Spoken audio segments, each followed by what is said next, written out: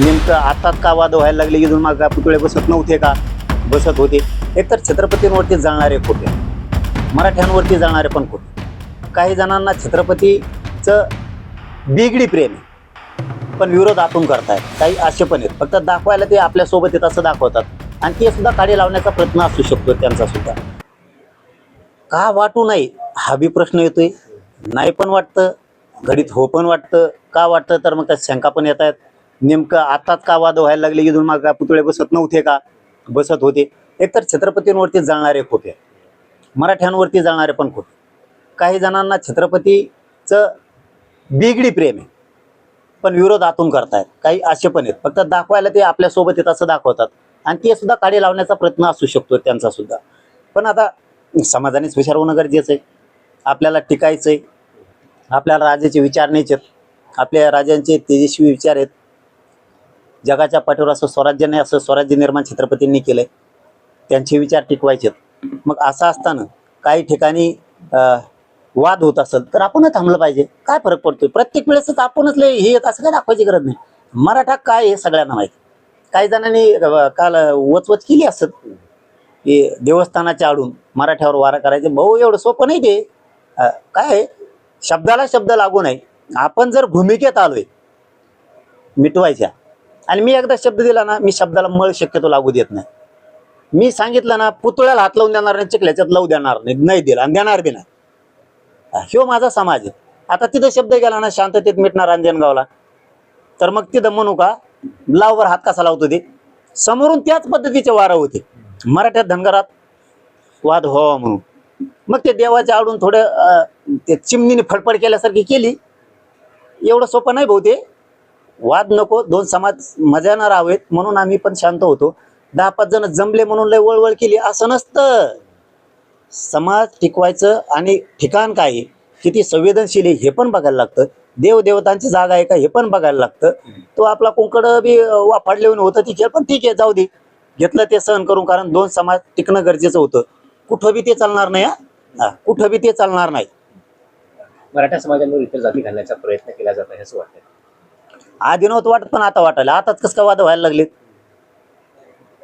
आताच कसं काय? मग याचा अर्थ असा आहे का मराठ्यांसोबत नसणाऱ्या जाती बी मराठ्यांच्या अंगावर आल्या पाहिजेत, असं काहींचं षडयंत्र आहे का? एकतर काय मेळ झाला बघा, ते कोण पुतळी इकडे याचा मेळ लागा ना आम्हाला. कोण घेतं याचा मेळ नाही, कोण बसितही बी नाही. आणि समाज कसा आहे, भावनिक आहे. कोणाला काही सांगितलं आम्ही असं असं ऐकलं की लोक म्हणते हो बस. एखाद्याने काय फुकट दिलं म्हणून समाजाचा काय तोटा होणार आहे हे सुद्धा बघितलं पाहिजे समाजात.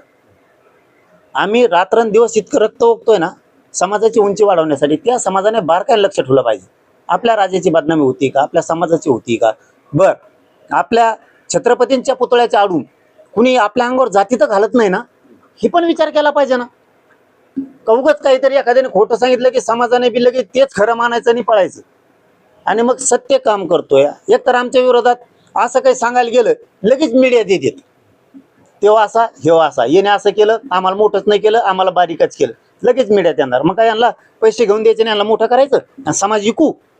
यांना काही म्हणलं, यांची चूक उघडी पाडली की हे मीडियात आपल्या विरोधात बोलणार. त्या टायमात समाज झोपतो का? समाजाने प्रखरपणानं सांगितलंच पाहिजे, चुकीला चूक. अन्याय होतो ते आम्ही आहेत ना. चिखला गावात मराठ्यावर अन्याय झाला, काय टप्पर आहे कोणाची वळवळ करायची? इथून पुढे बी छत्रपतीवरती मराठ्यांवरती अन्याय होते. अरे आम्ही मराठी जिवंत आहेत. अरे आपण महाराष्ट्रात पुरे एक होते ते, आपण आर देत, आपण एकटेच पाठपुरीत होतो. तशी वेळा डोक्याच्या वर जाऊ द्या, मग मराठी बी काय करतात बघा. पण आम्हाला वाद नाही करायचे, जाऊ दे वाटतं शांत शांत. पण तुम्ही लेत आता नरड्यावर सूर्या लावा लागले, तर तुमच्यासाठी पण एवढं सोपं नाही. एवढं लक्षात ठेवा. कसं काय अन्याय करते? वाद्यावर मराठ्यावर अन्याय आम्ही आहेत ना. पण काही पण करू नका गड्या, काही पण करू नका. हे पण मराठ्याच्या पोरांनी समाजाने समजून घ्या. वाद होतील अशा ठिकाणी पुतळे उभा करू नका. स्वतःची जागा घ्या, तिथं उभा करा. आणि तुम्हाला चौकात बी करायचे असतील तरी आमची ना नाहीये. फक्त पुतळे विकणाऱ्यांचा, पुतळे घेणाऱ्याचा शुद्ध हेतू असला पाहिजे की आम्हाला छत्रपतीच बसवायचे. छत्रपतींच्या पुतळ्याच्या आडून आम्हाला मराठ्यांच्या अंगावर दुसऱ्या जाती घालायच्या नाहीत. मग बसवा, हरकत नाही. पण तसं असेल तर मराठ्यांनी बी समजून घ्या. नसता मग इथून पुढं काय करा, तुम्ही तुमच्या मराठ्यात तुम्हीच बसवा, जे जे कोण कोण आहेत ना तेवढी टोळी, आणि तुम्ही तुमचंच बघत जा. आम्हाला मराठा समाजाला काय त्रास देऊ नका. तुम्ही बस येता, नंतर झोपा येत नाहीत मराठ्याला इथं. तिकडं लेकरावर काही लाठीचार्ज झाला म्हणलं तर कारण मी लय जीव लावतो मराठा समाजाला. लाठीचार्ज झाला म्हणलं माहिती तळपाया मस्त टाकत जाते. मग मी बघत नाही तिथं पुतळा बसणाराचा दोष आहे का कोणाचा दोष आहे. मी जातीसाठी पळतो. पण याचा अर्थ असा पण नाही ना तुम्ही काही पण करणार प्रत्येक वेळेस पळणार. मग कसं काय असं? ज्या जाती मराठ्याच्या अंगावर येणार नाही त्या जर तुमच्यामुळे अंगावर यायला लागले तर दम कसं काय होईल?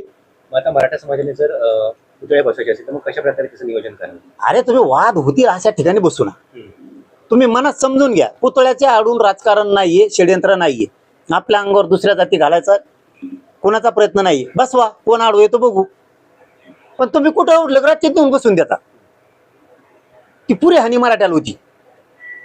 बरं हानी पण होते, आम्ही मराठी सहन करायला तयार आहे. चल शुद्ध येतोय का पुतळाच बसवायचा का पुतळ्याच्या आडून मराठ्याच्या अंगावर न येणाऱ्या जाती पण आल्या पाहिजेत. असं आहे दलित मराठ्याच्या अंगावर आला पाहिजे. एक तर 2-2.5 वर्षापासून मराठी दलित हुशार झाले आता एकमेकाच्या अंगावर जाणार. कारण आमचा वापर केला सगळ्यांनी. मुस्लिम मराठ्यांच्या अंगावर येणार. ज्यावेळेस मुस्लिम चुकन त्या टायमाला मुस्लिमाला हाणू आपण मराठा चुकला तर मुसलमान हाणते ना आम्हाला. खोटं हिंदुत्वात आम्हाला किती दिवस फसवणार आहे तुम्ही? आम्ही कट्टर हिंदू आहेत आणि हिंदू राहणार आहे. चल पण छत्रपती शिवरायाचे हिंदुत्व चालवणार आहेत आम्ही. ते बाकीचे हिंदुत्व आम्हाला नाही माहित. बरं मग जर छत्रपतींबरोबर सगळ्या जाती धर्माचे होते ते हिंदुत्व आम्ही चालवणार. मग आता एकमेकाच्या अंगावर येणाऱ्या जाती कमी झाल्या. अरे जे आमच्या अंगावर यायला नव्हते पाहिजे ते आले राव आरक्षणाच्या काळात. आमचे लेकरं मोठे होऊ नये म्हणून मराठ्याला एवढं पण कळत नाही का? आणि ज्या जाती आपल्या अंगावर खऱ्या यायला पाहिजे ते येत नव्हत्या, सोबत होत्या. दलित मुस्लिम मराठा काही धनगर काही ते बंजारा समाज काही मायक्रो ओबीसी हे लोक संघ आहेत. आपण मराठ्यांनी हे पण विचार केला पाहिजे पुतळ्याच्या आडून जर आपल्या अंगावरती दुसऱ्या जाती येणार असतील तर आपण थांबलं पाहिजे. राजे इतकं प्रेम आपलं कोणावरच नाही आणि त्यांच्या विना आपलं जीवनाला काहीच अर्थ नाही. मग छत्रपतींनी विना त्या प्रॉपर्टीच त्यांच्यामुळे आहेत. आणि त्यांच्यासाठी शाही थाटात आपण जागा घेऊन बी नाही का उभा राहू शकत. पुतळ्यात तुम्ही चौकात बी बसवा पण शाही ठिकाणी तुम्हाला बसायला जागा आहे का? मंदिर उठवलं जात नाही, मस्जिद उठवली जात नाही त्यांच्या जागेत. अरे आपला राजा आहे या पृथ्वी तलावर असा राजा होणं नाही. त्यांच्यासाठी 1 गुंठा 2 गुंठे जागा घेण्यात काय गावकरी तुम्ही बिल्डिंग बरी बांधता. तुम्हाला घर बंगला 25-30 लाखाचा तिथं पैसे आहेत तुमजवळ. आपण शाही कामं करा. अंगावर कोणी येत नाही त्याची काळजी ना घेऊ. हा थातूर मातूर भांडण सुरू असतं. धनगराचं मराठ्याचं आपड थापड सुरू असते. दलित मुस्लिम मराठ्याची आपड थापड गाव लेवलवर असते. दलिताचं पोरग एखादं आपल्या देईन आपण देतो एकमेकाचे मित्र असतो.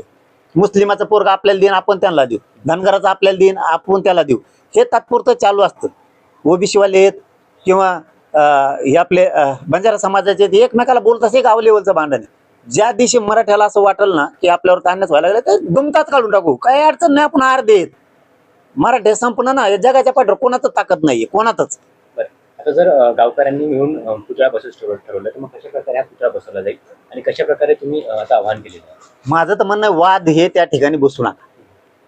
आणि तुम्हाला बसायचंच जर असेल तर मी इथून मागही म्हणलेलं नाही बसा आणि नका बसू पण म्हणलेलं. मला त्या वादात नाही पडलो. आणि आजही मी प्रामाणिक सांगतोय फक्त शब्दाचा गैरअर्थ करू नका.